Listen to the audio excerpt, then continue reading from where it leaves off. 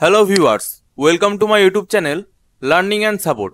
আজকে আমরা আপনাদের সাথে একটি অত্যন্ত গুরুত্বপূর্ণ বিষয় নিয়ে আলোচনা করতে চলেছি। আজকের বিষয়টি হলো কিভাবে আপনি ডিজিটাল বার্থ সার্টিফিকেটের জন্য অনলাইনে আবেদন করতে পারবেন। আপনারা অনেকেই জানেন এখন আধার কার্ডের বয়স সঠিক করতে কিংবা পাসপোর্ট অ্যাপ্লাই করতে ও ইত্যাদি কাজের জন্য ডিজিটাল বার্থ সার্টিফিকেট খুবই গুরুত্বপূর্ণ একটি ডকুমেন্ট। তো আজকে আমরা আপনাদের দেখাতে চলেছি কিভাবে আপনারা অনলাইনে ডিজিটাল বার্থ সার্টিফিকেটের জন্য আবেদন করতে পারবেন, কি কি ডকুমেন্ট প্রয়োজন, কোথায় যেতে হবে, এই সমস্ত কিছু জানতে ভিডিওটি স্কিপ না করে সম্পূর্ণ দেখুন। আর আমাদের এই ভিডিও যদি আপনাদের ভালো লেগে থাকে তাহলে লাইক, শেয়ার ও সাবস্ক্রাইব করে বেল আইকনটি অলে সেট করে দেবেন।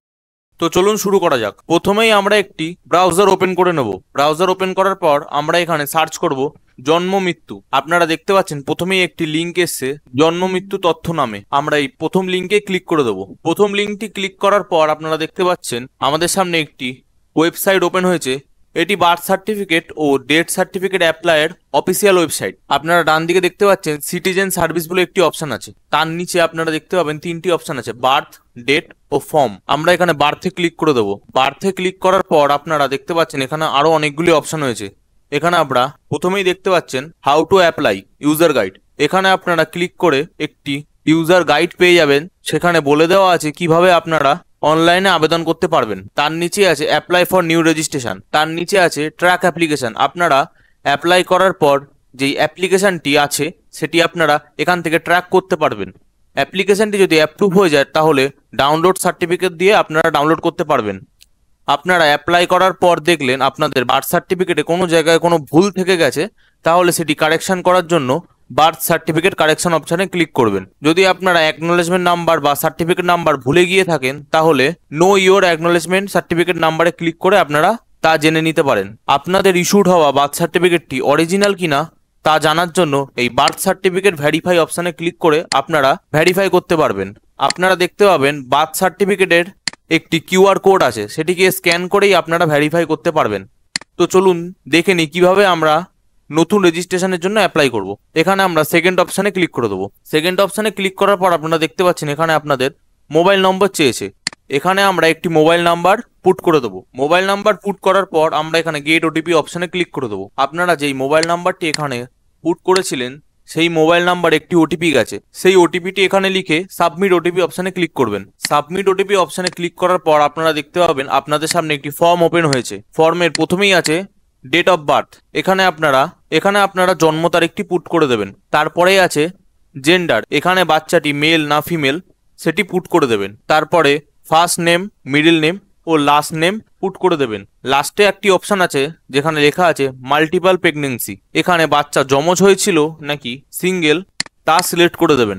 নিচে আছে প্লেস অফ বার্থ, বাচ্চার জন্ম যদি হাসপাতালে হয় তাহলে হসপিটাল সিলেক্ট করবেন এবং বাড়িতে হলে হোম সিলেক্ট করবেন। তারপরেই আছে রাজ্য, এখানে ওয়েস্ট বেঙ্গল সিলেক্ট করে ডিস্ট্রিক্ট সিলেক্ট করে নেবেন। আপনারা যদি এখানে হোম সিলেক্ট করে থাকেন তাহলে এখানে এই কটা অপশানই থাকবে, নতুন কোনো অপশান আসবে না। যদি আপনারা হসপিটাল সিলেক্ট করে থাকেন তাহলে এখানে নতুন একটি অপশান এসছে। আপনারা দেখতে পাচ্ছেন এখানে হসপিটালের নামটি পুট করতে হবে। তো হসপিটালটি কোথায় আছে এখানে আপনাকে হসপিটালের ঠিকানাটি পুট করতে হবে। নিচে আছে ফাদার্স ইনফরমেশন, এখানে ফার্স্ট নেমে বাবার নাম, মিডিল নেমে এবং শেষ নেমে টাইটেল পুট করে দেবেন। এখানে আপনারা বাবার আইডি প্রুফ হিসাবে আধার, এপিক, খাদ্যসাথী বা পাসপোর্ট দিতে পারেন। নিচের দিকে দেখতে পাবেন মাদার্স ইনফরমেশন, এখানে মায়ের পুরো নাম এবং মোবাইল নাম্বার পুট করতে হবে। তার পাশে আছে প্রুফ অফ আইডি, তার পাশে মায়ের আইডি প্রুফ হিসাবে আপনারা Aadhaar card, voter card, Khadyasathi, passport ব্যবহার করতে পারেন। আপনারা আগে দেখেছেন বাবার আধার কার্ডের এখানে কোনো স্টার মার্কস নেই, অর্থাৎ বাবার আধার কার্ড আপনারা দিতেও পারেন নাও দিতে পারেন, কিন্তু মায়ের আধার কার্ডের এখানে স্টার মার্ক আছে, অর্থাৎ এখানে মায়ের আধার কার্ড আপনাকে দিতেই হবে। নিচে আছে present address of mother at the time of child birth, শিশুর জন্মের সময় মায়ের ঠিকানা। এখানে আপনারা মায়ের ঠিকানা পুট করে দেবেন। মায়ের প্রেজেন্ট ঠিকানা এবং পার্মানেন্ট ঠিকানা যদি একই হয় তাহলে আপনারা এই চেক বক্সে ক্লিক করে দেবেন।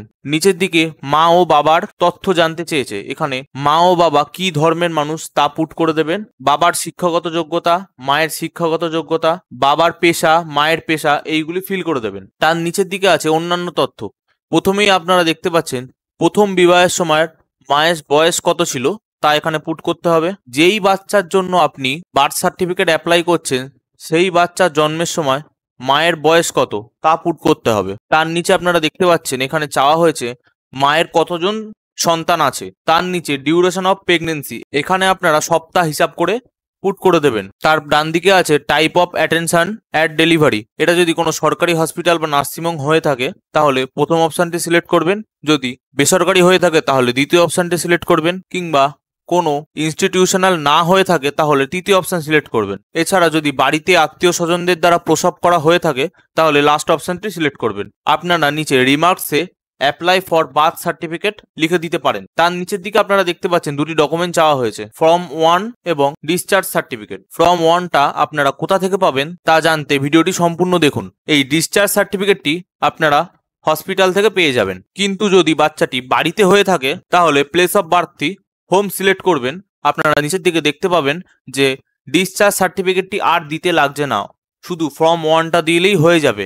আপনারা যদি বাচ্চার জন্মের 1 মাসের মধ্যে অ্যাপ্লিকেশনটি করে থাকেন তাহলে শুধু ফর্ম 1 ও চালান দিলেই হয়ে যাবে। আপনারা এখানে দেখতে পাচ্ছেন আমি রিপোর্টিং ডেট 12 তারিখ করছি এবং 13 তারিখ সিলেক্ট করলে এখানে শুধু চালানটিই চাইছে, কিন্তু যেই এটা 1 মাস পার হয়ে যাবে তখন আপনারা দেখতে পাচ্ছেন চালানের সাথে একটি পারমিশনও চেয়েছে।